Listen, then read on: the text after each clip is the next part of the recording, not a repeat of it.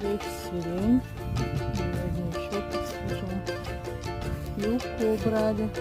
Вот это свежее еще. Кому надо, забирайте бесплатно. Эту буду завтра сжигать. Сухую. В общем, у нас в субботу получился настоящий субботник.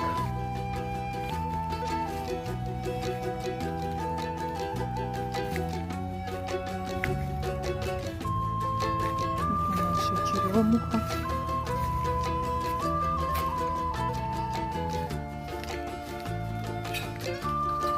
Смотрите, сколько черемухи. Приезжайте и забирайте бесплатно.